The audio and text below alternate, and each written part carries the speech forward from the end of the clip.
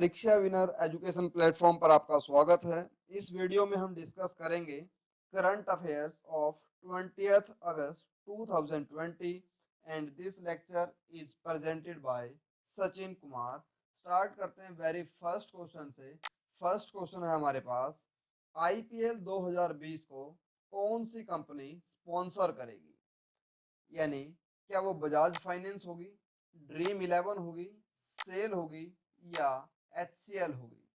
तो दोस्तों right answer है ड्रीम 11। ड्रीम 11 राइट आंसर है। एंड बजाज फाइनेंस, अभी साथ के साथ इनके हेड देख लेते हैं एक बार, क्योंकि चारों कंपनियों की अपॉइंटमेंट नई हुई है। तो बजाज फाइनेंस के जो नए हेड बने हैं वो संजीव बजाज हैं। संजीव बजाज। ड्रीम 11 के हर्ष जैन है, ये फाउंडर हैं इसके, हर्ष जैन। सेल लेटेस्ट अपॉइंटमेंट है सोमा मंडल। और एचसीएल की हेड है जो रोशनी नादर। रोशनी नादर, ये हमें याद होना चाहिए। आईपीएल से रिलेटेड और क्या फैक्ट हमें पढ़ने हैं? आईपीएल का ये 13th एडिशन है, 13वां एडिशन है। 2008 में पहला एडिशन हुआ था, यानी 2008 में शुरू हुआ था। और लेटेस्ट जो एडिशन हुआ था 2019 का, वो जीता था मुंबई इंडियंस ने, जिसके कैप्टन हैं रोहित शर्मा। और जो आईपीएल है उसके बारे में और क्या जान सकते हैं हम? आईपीएल का 13th एडिशन इस बार होगा और इस बार स्पॉन्सर करेगा ड्रीम 11। और क्या आप जानते हैं कि आईपीएल का जो इस बार का एडिशन होगा वो कहां पर होगा? ये आयोजित किया जाएगा यूएई के अंदर, यूनाइटेड अरब एमिरेट्स के अंदर। क्या पहली बार देश से बाहर आईपीएल हो रहा है? नहीं, ये थर्ड टाइम है, तीसरी बार हो रहा है। पहली बार 2009 में हुआ था, दूसरी बार 2014 में हुआ था और तीसरी बार 2020 में होगा। ये दोनों बार पहली बार किस वजह से बाहर हुआ था? ये जनरल इलेक्शन थे। आप सभी को याद होंगे 2009 और 2014 के अंदर जनरल इलेक्शन हुए थे। और 2009 के अंदर साउथ अफ्रीका में हुआ था और 2014 के अंदर यूएई एंड इंडिया, इन दो देश के अंदर ये टूर्नामेंट हुआ था। इनको हमें याद रखना है। टोटल 8 टीम पार्टिसिपेट करेगी। Next, ADB Asian development bank के वाइस प्रेसिडेंट के रूप में कौन नियुक्त हुए हैं? तो एडीबी के जो वाइस प्रेसिडेंट हैं वो बने हैं अशोक लवासा। अशोक लवासा। और बाकी के बारे में जान लेते हैं। सुनील अरोड़ा, ये कौन है? ये हमारे चीफ इलेक्शन कमिश्नर हैं। कौन से नंबर के हैं?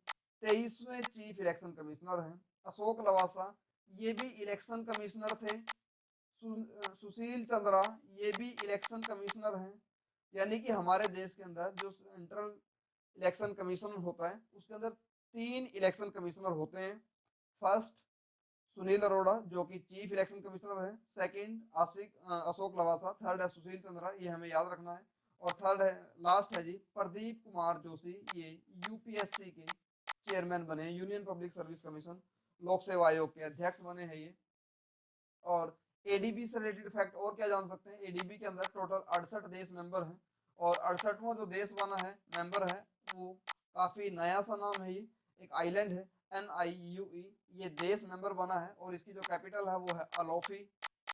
अलोफी कैपिटल है और जो करेंसी है वहाँ की वो न्यूजीलैंड डॉलर है।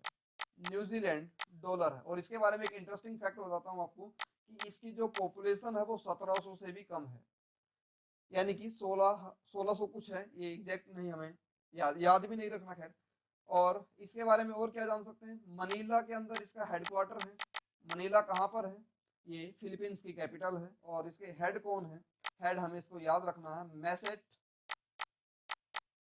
मैसेट सुगा और असाकावा। इसको मैं यहां लिख देता हूं दोबारा से, मैसेट सुगा असाकावा, ये इसके हेड हैं। ये हमें याद होना चाहिए। और ये बना था 19 1966 को, 66 को। नेक्स्ट है राजीव गांधी खेल रत्न अवार्ड के लिए इनमें से किसका नाम प्रस्तावित किया गया है? क्या वो रोहित शर्मा है, विनेश फोगट है, या मनिका बत्रा है, या मरियप्पन थिरंगवेलु है? तो चारों का नाम प्रस्तावित किया गया है। All of the above answer है इसका। रोहित शर्मा ये आप सभी को पता है, क्रिकेट से रिलेटेड है। विनेश फोगट ये एक रेसलर है, हरियाणा से संबंधित है, रेसलर है। और मनिका बत्रा ये टेबल टेनिस की प्लेयर है। और मरियप्पन थिरंगवेलु ये पैरालंपियन है, पैरालंपियन है। इनके बारे में हमें याद रखना है। और राजीव गांधी खेल रत्न अवार्ड के बारे में हमें क्या याद रखना है कि ये अवार्ड एक साल में 3 लोगों को ही दिया जा सकता है, लेकिन इस बार 4 का नाम प्रस्तावित है। क्या पहली बार 4 लोगों को मिलने जा रहा है, या अभी प्रस्तावित तो मिला नहीं है? तो क्या 4 लोगों को पहली बार प्रस्तावित हुआ या मिलने जा रहा है? नहीं, इससे पहले 2016 के अंदर भी 4 लोगों को ये अवार्ड मिल चुका है, हमें याद होना चाहिए। राजीव गांधी खेल रत्न अवार्ड फर्स्ट टाइम मिला था विश्वनाथन आनंद को, विश्वनाथन आनंद को। और इसके अंदर जो अवार्ड राशि दी जाती है वो 7.5 लाख रुपए, याद रखना है। और राजीव गांधी खेल रत्न अवार्ड खेल का सबसे बड़ा अवार्ड है। और ये कब दिया जाएगा? ये दिया जाएगा 29 अगस्त को।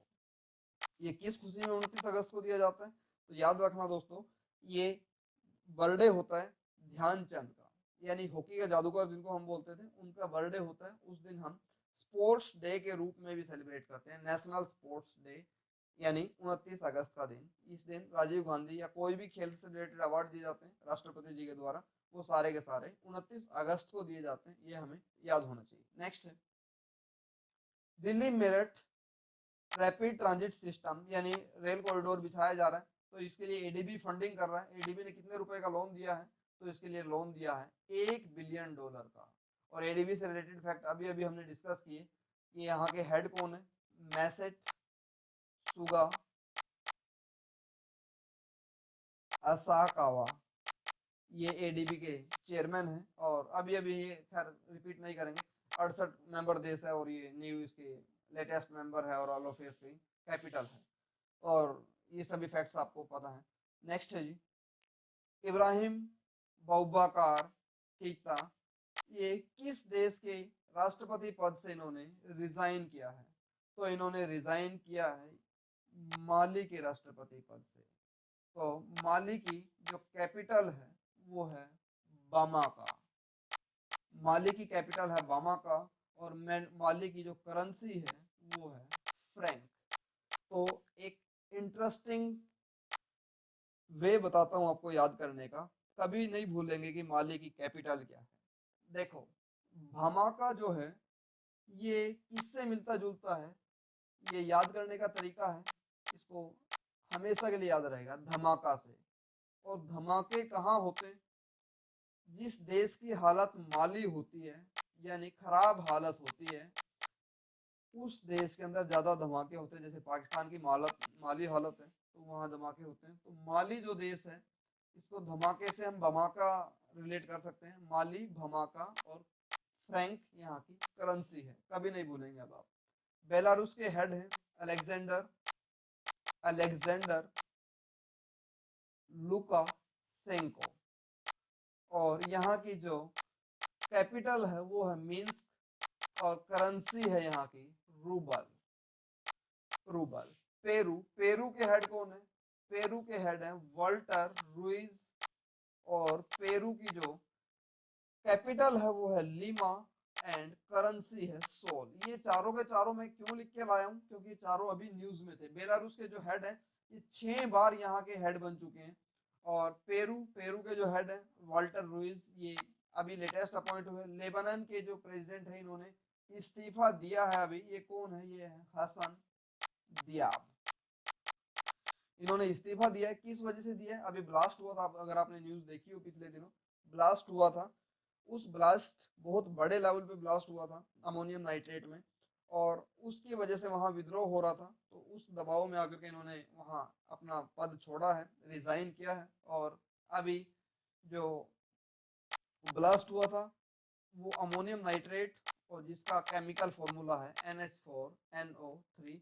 और लेबनान की जो कैपिटल है वो है बैरूत। यानी बारूद से आप याद रख सकते हो, लेबनान के अंदर ब्लास्ट हुआ था, ब्लास्ट से हम रिलेट कर सकते हैं बारूद को, और ये बैरूत है, और यहाँ की जो करेंसी है वो लेबनीज पाउंड है, लेबनीज पाउंड है, तो हमें इसको याद रखना है। नेक्स्ट है, रेलवे ने इनमें से कौन सा पोर्टल या सिस्टम लॉन्च किया? ये सिक्योरिटी नहीं आएगा दोस्तों, यहाँ सुरक्षा कर लेंगे, क्योंकि जो भी सरकारी पोर्टल लॉन्च होते हैं जनरली हिंदी नाम से लॉन्च होते हैं। सुरक्षा, सुरक्षा लॉन्च किसने किया था? ये मिनिस्ट्री ऑफ एनवायरमेंट ने किया था, एनवायरमेंट मिनिस्ट्री ने, जिसके मिनिस्टर है वो प्रकाश जावड़ेकर हैं, प्रकाश जावड़ेकर हैं, इन्होंने किया था। कवच, कवच ये स्वास्थ्य से रिलेटेड है, एक एजेंसी है IRDAI, insurance development authority of India, इसने इंश्योरेंस कंपनीज को अभी अभी परमिशन दी थी कि आप कोरोना कवच नाम से पॉलिसी मार्केट में बेच सकते हो। तो कवच है ये हेल्थ से रिलेटेड। और मौसम, ये मिनिस्ट्री ऑफ अर्थ साइंस ने, मिनिस्ट्री ऑफ अर्थ साइंस ने लॉन्च किया था, और इसके मिनिस्टर कौन है? Doctor Harshvardhan, doctor Harshvardhan. और मौसम इन्होंने लॉन्च किया था। और DBSS, DBSS का मीनिंग है ड्रोन बेस्ड सर्विलेंस सिस्टम, और ये लेकर आया है रेलवे। रियल टाइम मॉनिटरिंग होगी, यानी कि लाइव मॉनिटरिंग की जा सकेगी इनकी हेल्प से। 9 ड्रोन्स खरीदे हैं अभी रेलवे ने। नेक्स्ट है जी, और याद रखना रेलवे के अंदर 18 जोन है टोटल, और जो रेलवे के हेड है वो है विनोद कुमार, विनोद कुमार। पीयूष गोयल यहाँ के, पीयूष गोयल यहाँ के मिनिस्टर हैं, और ये महाराष्ट्र से लोकसभा के, राज्यसभा के सदस्य हैं। ध्यान से लिख लेना इसको, राज्यसभा के सदस्य हैं। नेक्स्ट है, फ्लिपकार्ट ने इनमें से किसके साथ अकादमिक सहयोग यानी एकेडमिक कोलैबोरेशन किया है? MOU साइन हुआ है ये, तो किसके साथ हुआ है? तो याद रखना दोस्तों, ये IIT पटना के साथ हुआ है। और बाकी न्यूज में क्यों है, बाकी का तो भी जल्दी से देख लेते हैं। जादवपुर यूनिवर्सिटी, इन्होंने अभी अभी इलेक्ट्रॉनिक मास्क बनाया है, मास्क, इसलिए न्यूज में थी। IIT मद्रास क्यों न्यूज में है? क्योंकि NIRF नेशनल, ये रैंकिंग का नाम है, इंस्टीट्यूट रैंकिंग फ्रेमवर्क,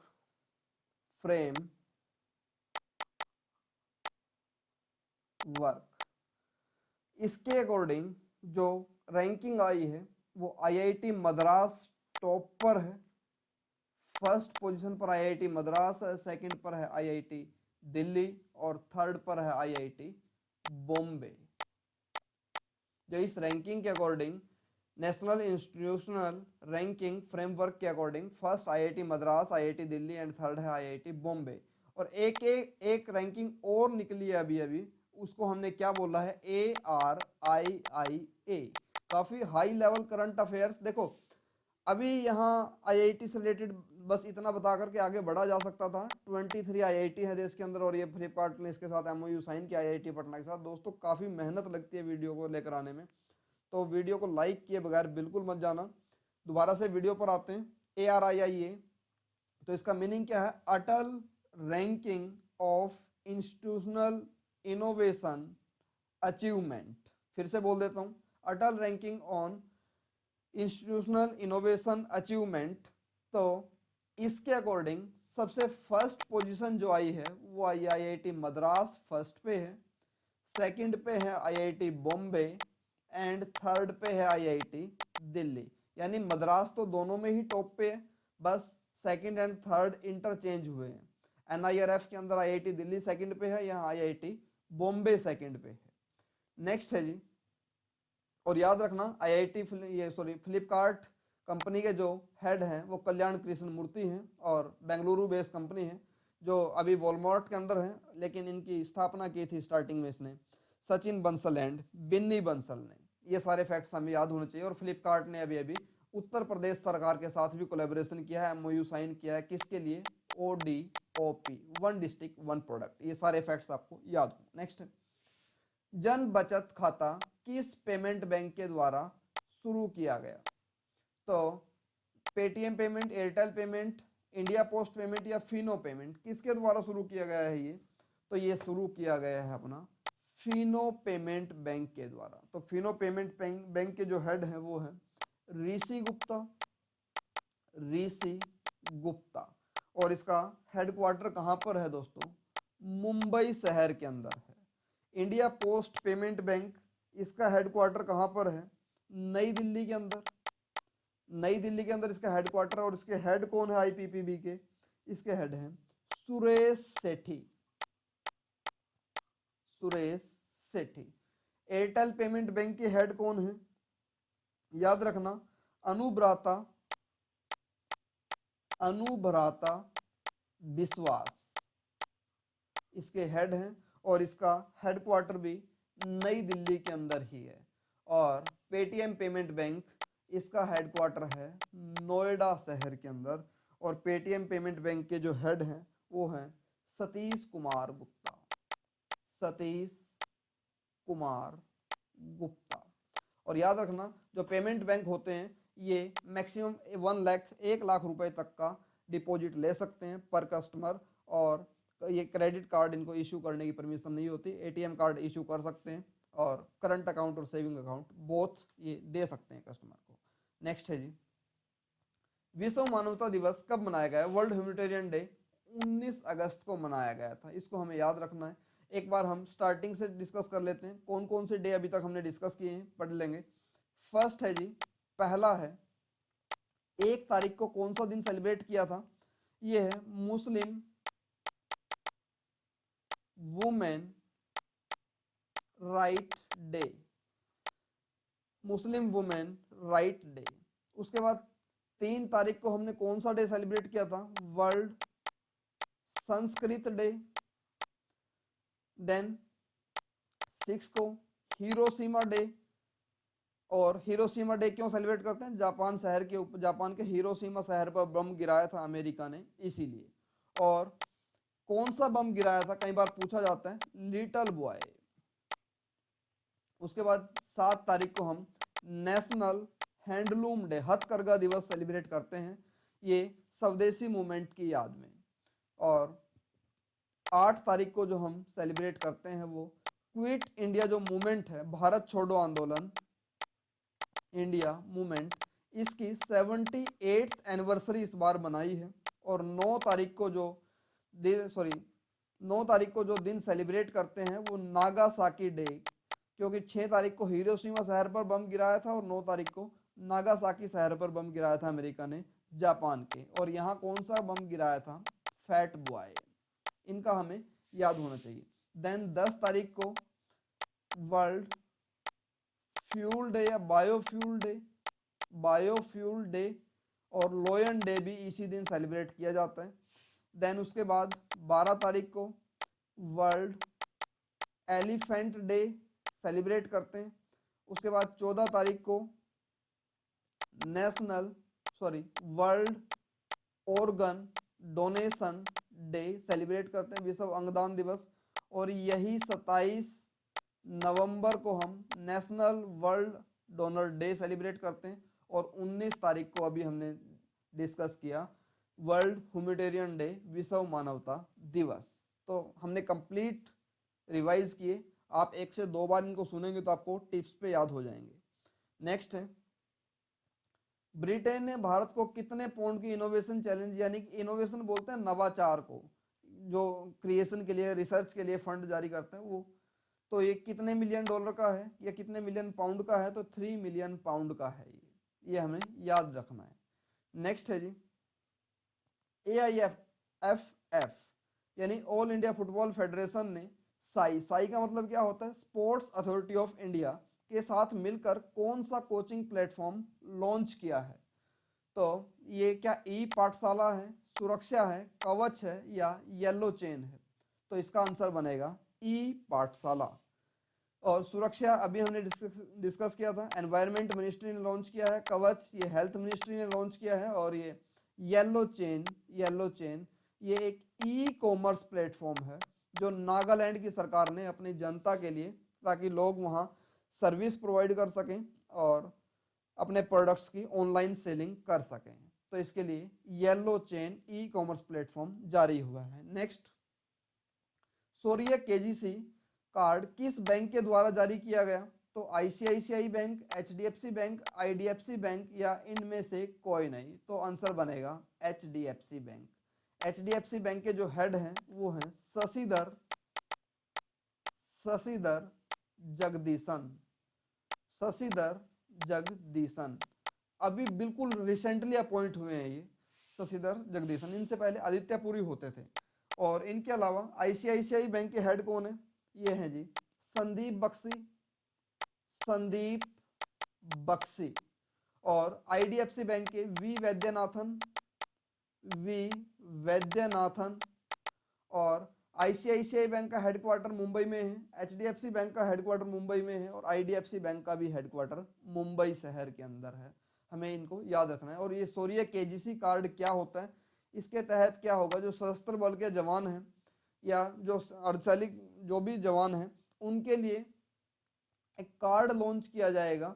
इसमें 10 लाख रुपए तक का जीवन बीमा होगा, 10 लाख रुपए तक का जीवन बीमा होगा। और इसके अलावा और क्या मिलेगा यहाँ पर? एक इन्होंने प्लेटफॉर्म लॉन्च किया था एचडीएफसी बैंक ने, ई किसान धन ऐप। इस ऐप के थ्रू या इस ऐप के अंदर से लोन के लिए अप्लाई किया जा सकता है। यानी कि यहाँ इसके अंदर क्या होगा, जो कृषि चैनल है, कृषि से रिलेटेड जो न्यूज़ है या लोन फैसिलिटी है एचडीएफसी बैंक की, ये सभी कृषि से रिलेटेड एक ही प्लेटफॉर्म पर लाने की कोशिश है। और एक और पोर्टल इन्होंने लॉन्च किया था जिप ड्राइव। ये बैंकिंग के लिए सुपर इंपॉर्टेंट क्वेश्चन है, यहाँ से क्वेश्चन डेफिनेटली पूछा जा सकता है। एचडीएफसी बैंक लगातार न्यूज़ में है। नेक्स्ट है जी जिप ड्राइव, ये इंश्योरेंस के लिए है, यानी ड्राइव से आपको समझ आ रहा होगा, जनरल इंश्योरेंस से रिलेटेड। नेक्स्ट है जी one sun one world one grid योजना को किसने, या इसकी घोषणा किसने की, किसने इसकी अनाउंसमेंट की है?